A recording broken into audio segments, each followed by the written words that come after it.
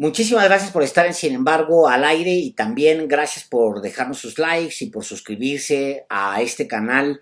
Ya somos 972,000 suscritos, o sea que sí vamos a alcanzar el millón muy probablemente si usted nos ayuda en este mismo verano. No tenemos más que agradecimiento con usted, de verdad, muchísimas gracias. Este es mi texto, esta es mi columna para este lunes 15 de agosto y se llama simplemente esos.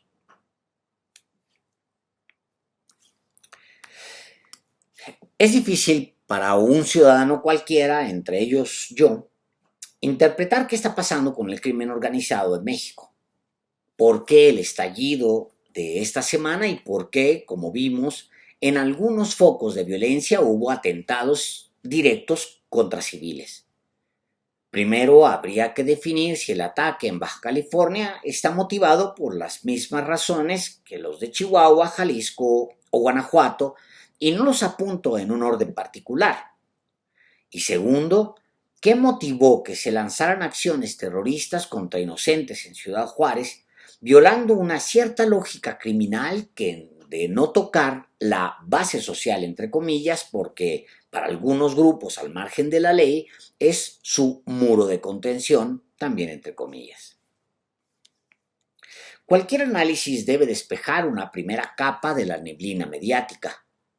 Los incendios de vehículos y negocios, los bloqueos y los ataques coordinados en zonas urbanas no son nuevos. Se padecieron con los gobiernos de Felipe Calderón, Enrique Peña Nieto y con Andrés Manuel López Obrador.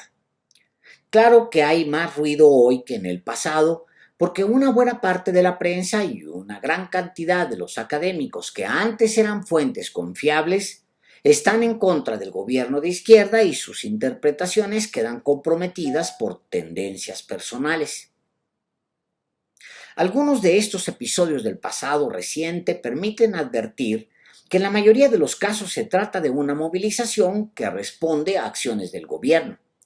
El 7 de noviembre de 2008, cuando fue detenido en Reynosa Jaime González Durán el Homer, un exmilitar fundador de los Zetas, hasta con patrullas de la policía local bloquearon las avenidas para evitar que fuera trasladado al aeropuerto.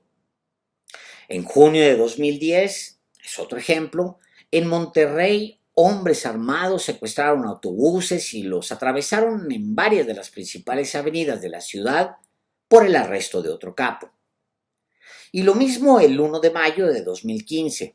Los jefes se sintieron amenazados y en respuesta, además de los aparatosos incendios de camiones y vehículos atravesados en avenidas, el Cártel Jalisco Nueva Generación derribó un helicóptero de la Fuerza Aérea con un lanzallamas y mató a 8 militares y a un policía federal en el municipio de Villa Purificación, Jalisco. Hay un primer dato innegable. La base social es movilizada cuando los jefes se sienten amenazados.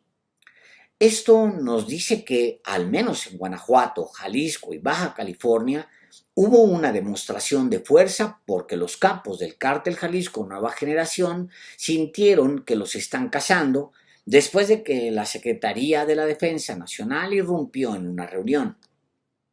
El mensaje de Nemesio Ceguera Cervantes, el Mencho, es el mismo que en el pasado. Está molesto porque lo molestan.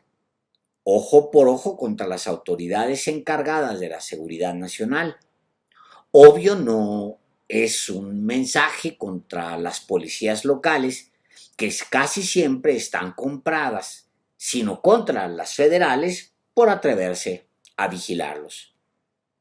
Separaría el caso Ciudad Juárez, no solo porque hubo una actitud atípica del crimen organizado respecto al resto de las ciudades con violencia, ataque directo a civiles, actos de terrorismo, sino porque se dieron motivaciones locales, el enfrentamiento en el Cerezo, a las que respondieron grupos delincuenciales locales como los mexicles o los artistas asesinos.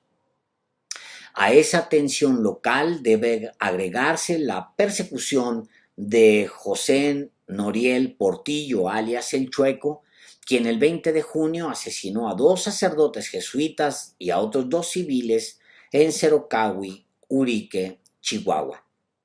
Las bandas serranas están conectadas con las de Juárez y ellas, a su vez, con 2 grupos en disputa desde tiempos de Felipe Calderón, la Línea y el Cártel de Sinaloa.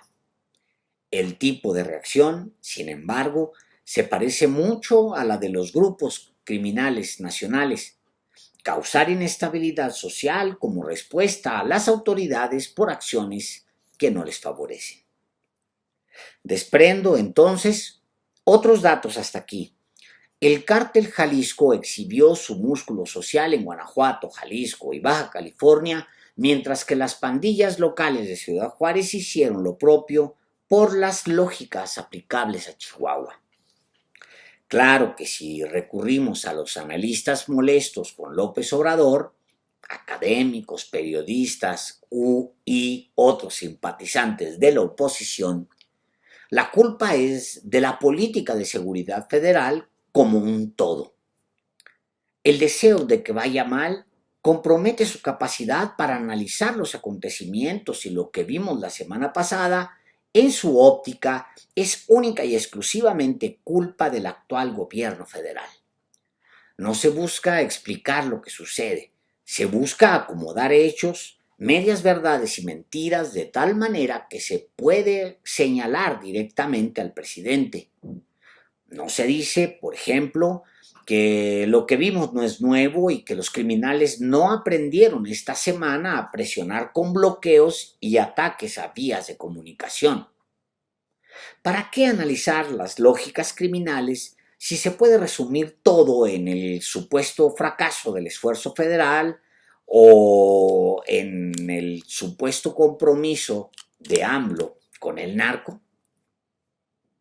Queda todavía mejor explicado cuando se revisa el ataque a las tiendas de conveniencia, que se repite una y otra vez en las últimas 2 décadas. Para intentar manchar a López Obrador lo ligan a razones políticas.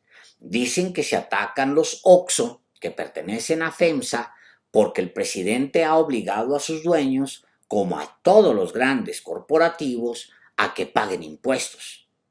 No se dice que esas no son las únicas tiendas atacadas por el crimen organizado y que por simple matemática son las más visibles. Hay 20,000 locales en todo el país, por encima de todos los Starbucks en Estados Unidos y apenas abajo de los 24,000 Subways regados en aquel país. La cultura de los memes le viene muy bien a la oposición del presidente, sean académicos, políticos o periodistas. 3 o 4 palabras ingeniosamente acomodadas para sustituir el análisis. Eso no ayuda a comprender lo que sucede, pero ya no importa. De lo que se trata es de manchar con ánimo electoral, es decir, manchar con ganas de que ayude a ganar elecciones. Tampoco ayuda a decir que estamos muy bien y voltearnos a otro lado. No le ayuda, sobre todo, al presidente. Se entiende que encontrar análisis sin dolo es una tarea exhaustiva en estos tiempos, pero hay que, al menos, hacer el intento por quitar la neblina mediática y razonar sin pasión. Lo que nos dice la semana pasada es que el crimen organizado tiene capacidad para usar segmentos de la población reducidos para generar terror en las mayorías. Y reconocerlo es parte de la búsqueda no solo de la verdad, sino de soluciones de fondo. Claro que a muchos con corazón de derechas les encantaría que se respondiera con grueso calibre a la base social del crimen. Curioso, porque son los mismos que denuncian la militarización del país. Pero es justo en esa paradoja donde se debilita su propia voz. Dicen que no quieren militares, pero les encantan, como les encantaba la pistola humeante de Calderón o la de Peña. Y aquí entramos en los terrenos de una ética posible. Sabemos que los criminales han ocupado espacios donde el Estado se ha ausentado Y no son los 30 o 50 que salieron por orden de uno o varios capos a bloquear avenidas o a quemar negocios. Son esos muchos que crecieron en un mundo donde los caciques y los jefes, entre comillas, son la ley, con minúscula, y que no tienen más opción que doblegarse a su cultura criminal. ¿A dónde salieron corriendo el Chueco y sus socios? A la frontera entre Chihuahua y Sinaloa, a donde pocos se atreven a ir, a donde no hay instituciones visibles. Pero si el presidente pone un pie en Badiraguato es porque ya se doblegó al cártel de Sinaloa. Esa acusación simplista hace más daño del que parece. Se denuncian zonas donde el Estado no tiene presencia, pero cuando el Estado quiere hacerse sentir, dicen que es por asociación delictuosa. Porque no se trata de denunciar, se trata de hacer daño político. Y al hacerlo, son capaces de cortarse una mano para gritar que el gobierno no hace nada contra los que cercenan manos. Lo que vimos esta semana, sin embargo, es una confirmación de que hay segmentos de la población que requieren ser rescatados del poder de los grupos criminales, que hay jóvenes que viven, que sirven de base social y que están ahí listos al llamado de los jefes. Son los que no conocen al Estado como autoridad. ¿Y cómo se responde al reto que representan? Como ya vimos, si se les responde a balazos, van a responder a balazos e incluso van a irse contra las poblaciones civiles, como en Juárez o en otras partes del país, para dramatizar su poder de respuesta. Y como ya vimos, si se les acaba con gruesos calibres, vendrán otros a sustituirlos, cada vez más jóvenes, porque son miles y miles los que fueron abandonados históricamente por el Estado y porque simplemente no tienen más opción que obedecer a su figura malentendida de autoridad.